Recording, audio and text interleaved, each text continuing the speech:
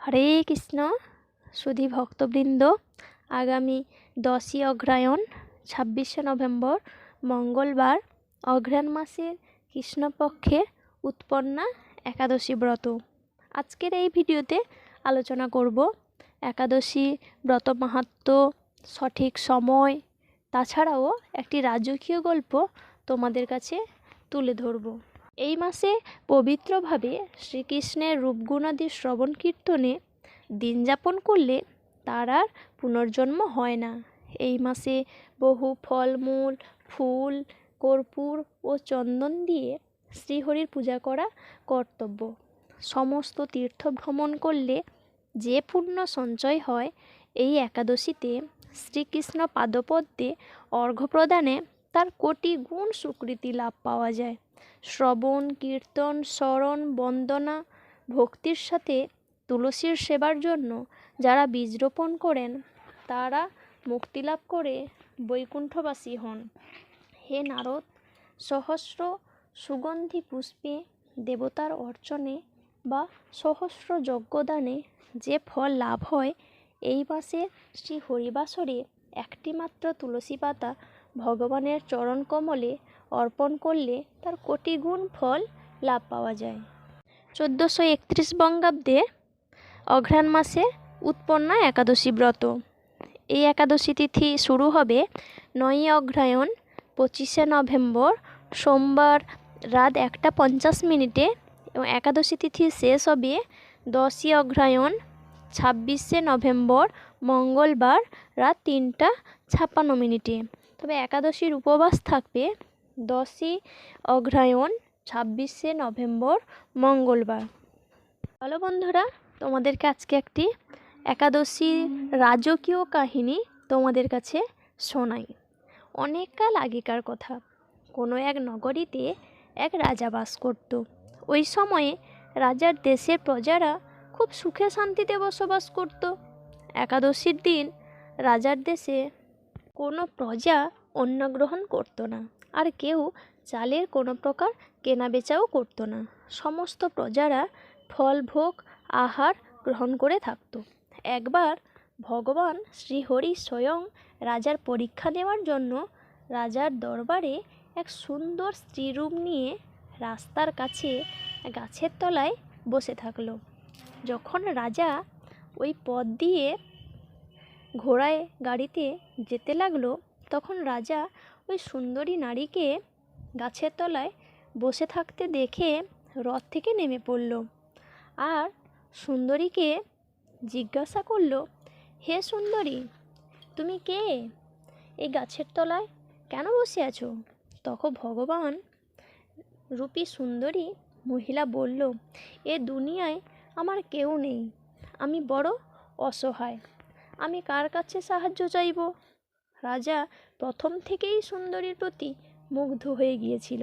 তখন রাজা বলল, হে সুন্দরী, তুমি আমার সঙ্গে চলো আর আমার রাজ্যে আমার সাথে আমার রানী হয়ে থাকবে। এই কথা শুনে সুন্দরী বলল, আমি তোমার কথা শুনব, কিন্তু তার আগে আমার কিছু শর্ত আছে। তখন রাজা সমস্ত শর্ত শোনার চেষ্টা করল। এই রাজ্যের পূর্ণ অধিকার আমাকে দিতে হবে, আমার সমস্ত কথা শুনে চলতে হবে, আর আমি যা রান্না খাওয়ার বানাবো তোমাকে সমস্ত কিছু খাওয়ার গ্রহণ করতে হবে। রাজা সেই সময় সুন্দরীর প্রতি এতটাই রূপে মুগ্ধ ছিল যে কোনো কিছু শর্ত না বুঝে সুন্দরীর সমস্ত কথা স্বীকার করে নিল আর সুন্দরীকে রানী সাজিয়ে রাজার প্রাসাদে নিয়ে গেল এবং বিবাহ সম্পন্ন করল। বিবাহের পরের দিন একাদশীর দিন ছিল। আদেশ করল রানী প্রজাকে বাজারে অন্য দিনগুলোর মতোই যেন চালের কেনা বেচা হয়, আর বাড়িতেও ভাত রান্নার ব্যবস্থা সে করবে। রাজার জন্য রানী নিজের হাতে ভাত, মাছ, তরি তরকারি রান্না করলো। এইসব দেখে রাজা বলল, রানী, আজকে অঘ্রাণ মাসের একাদশী, এই একাদশীতে কোনো প্রকার অন্ন গ্রহণ করতে নেই, আমি তো কেবল ফল আহার করব। তখন ভগবান সুন্দরী রূপে বলল, তুমি আমায় শর্ত দিয়েছ, আমি যা বলবো তুমি তাই শুনবে, আমি যা রান্না করব তুমি তাই খাবে, তুমি তাই গ্রহণ করবে। আর আজকে এই খাবার তো তোমাকে গ্রহণ করতেই হবে, না বলে আমি বড় রাজকুমারের গর্দান কেটে দেব। একথা শুনে রাজা ভীষণ দুঃখিত হলো আর বড় রানীর কাছে গিয়ে সমস্ত কথা বলল। বড় রানী বলল, রাজা মহাশয়, তুমি তোমার ধর্মকে ছেড়ে যেও না, তুমি তোমার শর্ত মেনে চলো। ছেলে চলে গেলে ছেলে আসবে, কিন্তু ধর্ম নষ্ট হয়ে গেলে আর ধর্মকে ফিরে পাওয়া যাবে না। এই কথা বলে বড় রানী কাঁদতে থাকলো। ঠিক সেই সময় রাজকুমারও সেইখানে পৌঁছে গেল। রানীর চোখে জল দেখে রাজকুমার বলল, কি হয়েছে মা, তুমি কেন কাঁদছো? তখন বড় রানী রাজার সমস্ত কথা রাজকুমারের কাছে বলল। সমস্ত কথা শুনে রাজকুমার গলা কাটার জন্য রাজি হয়ে গেল আর বলল, পিতার ধর্ম রক্ষার জন্য আমার জীবন দান করতে রাজি। যদি আমার জন্য পিতার ধর্ম রক্ষা হয় তাহলে আমি আমার নিজের জীবন দিয়ে ধর্ম রক্ষা করব।